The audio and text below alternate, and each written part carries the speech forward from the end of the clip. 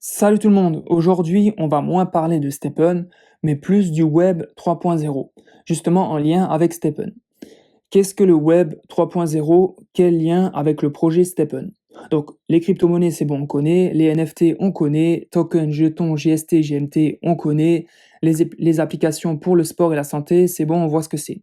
Mais le Web 3.0 c'est quoi exactement?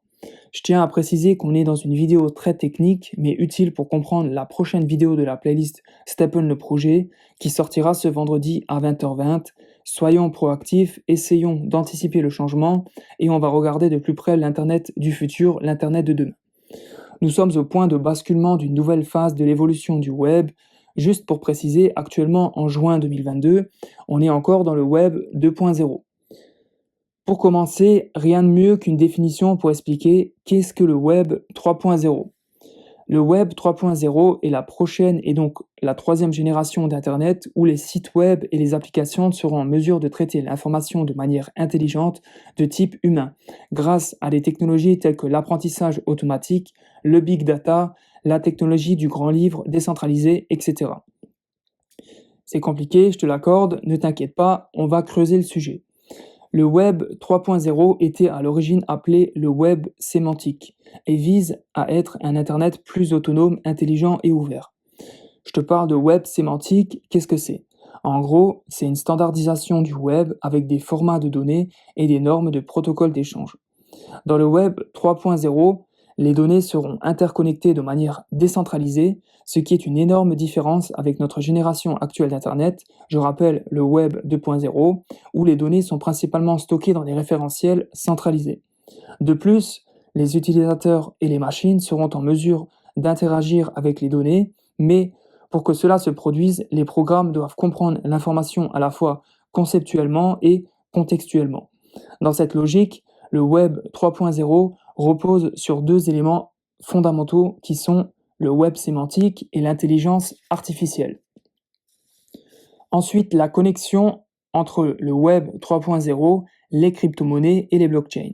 Donc, comme les réseaux Web 3.0 fonctionnent par le biais de protocoles décentralisés, on va avoir une forte convergence et une relation durable entre le Web 3.0, les crypto-monnaies et les blockchains. Ils seront connectés ensemble, intégrés de manière transparente, automatisés par le biais de contrats intelligents et utilisés pour alimenter n'importe quoi. Des microtransactions, du stockage, du partage de fichiers de données, en passant par le changement complet de chaque entreprise qui mène et exploite son activité. Pour mieux comprendre, il est souvent utile de revoir l'historique de l'évolution des technologies du web, et donc le Web 3.0 naîtra d'une évolution naturelle des outils du web d'ancienne génération, combinée à des technologies de pointe telles que l'intelligence artificielle et la blockchain, ainsi que l'interconnexion entre les utilisateurs et de l'utilisation croissante d'Internet. Donc, comme dit, pour mieux comprendre, reprenons l'historique. Pour commencer, le Web 1.0, 1989 à 2005. Le Web 1.0, également appelé le Web statique, il a été le premier Internet dans les années 1990. L'accès à des informations était limité, avec peu ou pas d'interaction avec l'utilisateur. Le Web 1.0 ne disposait pas d'algorithme pour passer au crible les pages d'Internet, ce qui rendait extrêmement difficile pour les utilisateurs de trouver des informations pertinentes sur le web. Ensuite, le Web 2.0, donc 2005 à aujourd'hui. Le Web 2.0, également appelé le Web social, il a rendu Internet beaucoup plus interactif grâce au progrès des technologies web telles que JavaScript, HTML5, CSS3, etc., qui ont permis à des startups de créer des plateformes web interactives telles que YouTube, Facebook et bien d'autres. Cela a ouvert la voie à l'émergence des réseaux sociaux et de la production de contenu généré par les utilisateurs, car les données peuvent désormais être distribuées et partagées entre les diverses plateformes et applications. Maintenant, le Web 3.0, qui est le sujet de cette vidéo, l'Internet du futur, l'Internet de demain. Le Web 3.0 est la prochaine étape de l'évolution du web qui rendrait Internet plus intelligent et qui traiterait l'information avec une intelligence quasi humaine, grâce à la puissance des systèmes d'intelligence artificielle qui pourraient exécuter des programmes intelligents pour aider les utilisateurs. Le web sémantique est destiné à s'interfacer automatiquement avec les systèmes, les personnes et les appareils domestiques. À ce titre, les processus de création de contenu et de prise de décision impliqueront à la fois des humains et des machines. Cela permettrait à la création et à la distribution intelligente de contenus hautement adaptés directement à chaque utilisateur d'Internet. Petit récapitulatif, dans le web 1.0, on est sur un Internet neutre, vraiment pas personnalisé, pas trop d'interaction avec l'utilisateur et des informations diverses et non ciblées. Dans le web 2.0, on est sur un Internet personnalisé avec de l'interaction avec l'utilisateur et les autres utilisateurs du web, plus des informations ciblées et plus ou moins pertinentes.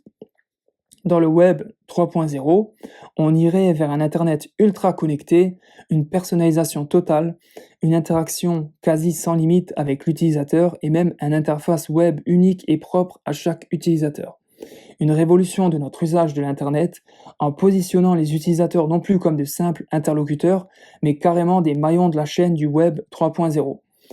Maintenant, voyons les caractéristiques du web 3.0. Pour vraiment comprendre la prochaine étape d'Internet, nous devons jeter un œil aux 4 caractéristiques clés du web 3.0. Donc, première caractéristique, le web sémantique. Deuxième caractéristique, l'ubiquité, ou si tu préfères, l'omniprésence. Troisième caractéristique, le web spatial et les graphiques 3D. Quatrième caractéristique, l'intelligence artificielle. Donc, première caractéristique, le web sémantique. La sémantique, c'est quoi? C'est l'étude de la relation entre les mots. Par conséquent, le web sémantique permet aux ordinateurs d'analyser des tonnes de données provenant du web, ce qui inclut le contenu, les transactions, les liens entre les personnes, etc. Dans la pratique, à quoi cela ressemblerait-il? Donc, prenons ces 2 phrases par exemple. Alors, j'adore, on prend juste un exemple, j'adore Stephen et j'aime Stephen, je love, voilà. Je love, j'aime Stephen. Donc, leur syntaxe est différente, mais leur sémantique est à peu près la même, puisque la sémantique ne traite que de la signification ou de l'émotion du contenu. On voit que là, la signification, l'émotion est la même. Donc, j'adore, j'aime Stephen, voilà, c'est la même, mais la syntaxe est différente. L'application de sémantique sur le web permettrait aux machines de décoder le sens et les émotions en analysant les données, ce qui améliorerait la connectivité de ces données. Deuxième caractéristique, l'ubiquité ou, si tu préfères, l'omniprésence. L'ubiquité signifie être ou avoir la capacité d'être partout et surtout en même temps.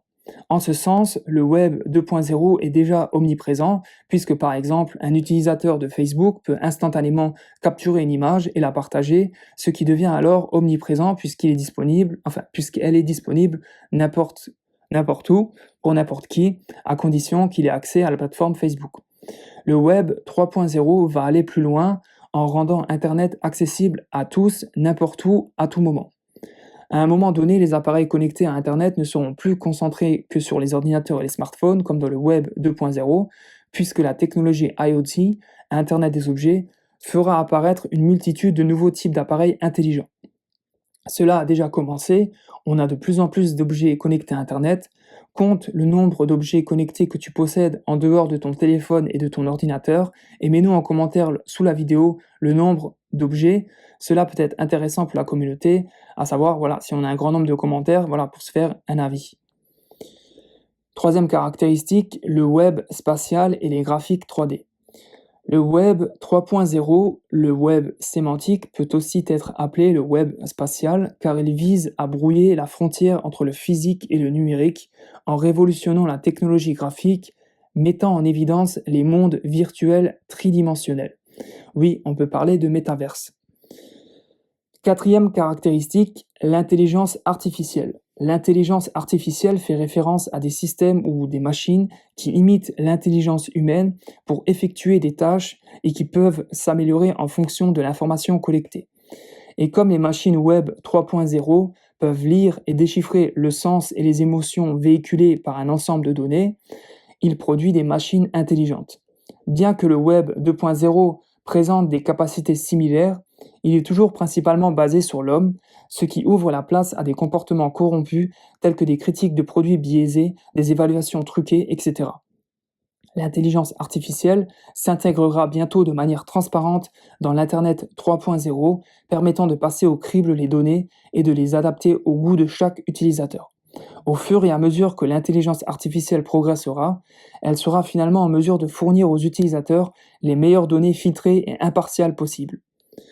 Enfin, conclusion, raisonnement, réflexion, vois cela comme tu le ressens. Donc, le nouvel Internet offrira une expérience de navigation plus personnelle et personnalisée, un assistant de recherche plus intelligent et plus humain et d'autres avantages décentralisés qui aideront à établir un web plus équitable qui met l'accent sur la protection de la vie privée et la sécurité plutôt que sur le contrôle. Cet objectif sera atteint en donnant à chaque utilisateur les moyens de devenir souverain sur ses données et en créant une expérience globale plus riche. Lorsque le Web 3.0 arrivera, et il arrivera inévitablement, aussi difficile qu'il soit à accepter compte tenu de la façon dont les appareils intelligents ont déjà changé nos modèles de comportement, Internet deviendra exponentiellement plus intégré dans de notre vie au quotidien. Nous verrons presque toutes les machines normalement hors ligne aujourd'hui devenir des IoT, donc Internet des objets, donc des objets connectés, interagissant donc avec des serveurs autonomes et des applications décentralisées, faisant progresser de nouveaux domaines numériques comme la blockchain et les actifs numériques pour alimenter la nouvelle technologie du 21e siècle. On va finir avec une anaphore. Le monde humain fonctionne par système d'échange.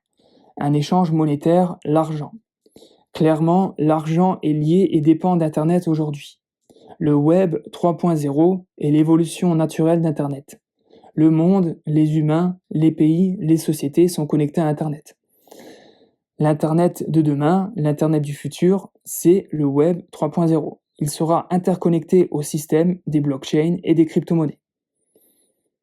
Chacun est libre de tirer ses propres conclusions et surtout, je précise, personne ne peut prédire l'avenir. Sur ce, bonne réflexion. J'espère que tu as appris des choses dans cette vidéo, que le Web 3.0 n'est plus inconnu pour toi. Dans la prochaine vidéo de la playlist Stephen le projet, on va revenir sur le projet Stephen. Quel avenir pour Stephen, notre ressenti sur la situation actuelle et la vision sur le long terme. Merci pour ton visionnage et n'hésite pas à t'abonner pour soutenir la chaîne. Allez, ciao la team!